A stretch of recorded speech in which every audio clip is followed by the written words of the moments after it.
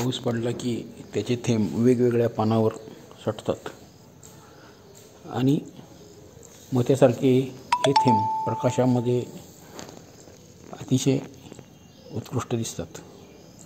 पाण्याचे थेंब गवताच्या पात्यावर असतील,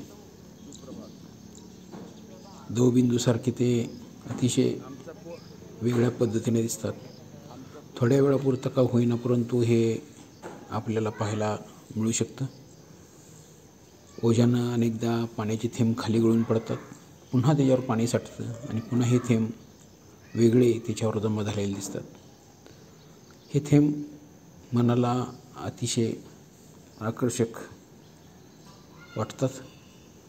वाऱ्याच्या झोताबरोबर डोलणारं पान, त्यावर सूर्यप्रकाश पडला की आपल्याला हे मोत्याचे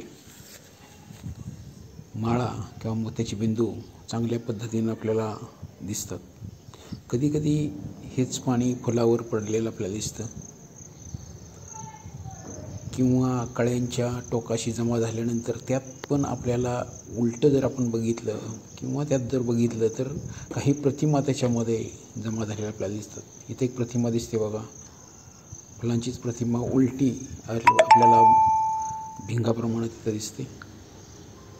शेंड्यावर किंवा पानाच्या टोकावर, कळीच्या टोकावर असे पाण्याचे थेंब आपल्याला जमा झालेले दिसतात. हे आपल्याला पावसाळ्यात पाहायला आवडतं आणि आपण त्याचा आनंद घ्यावा. धन्यवाद.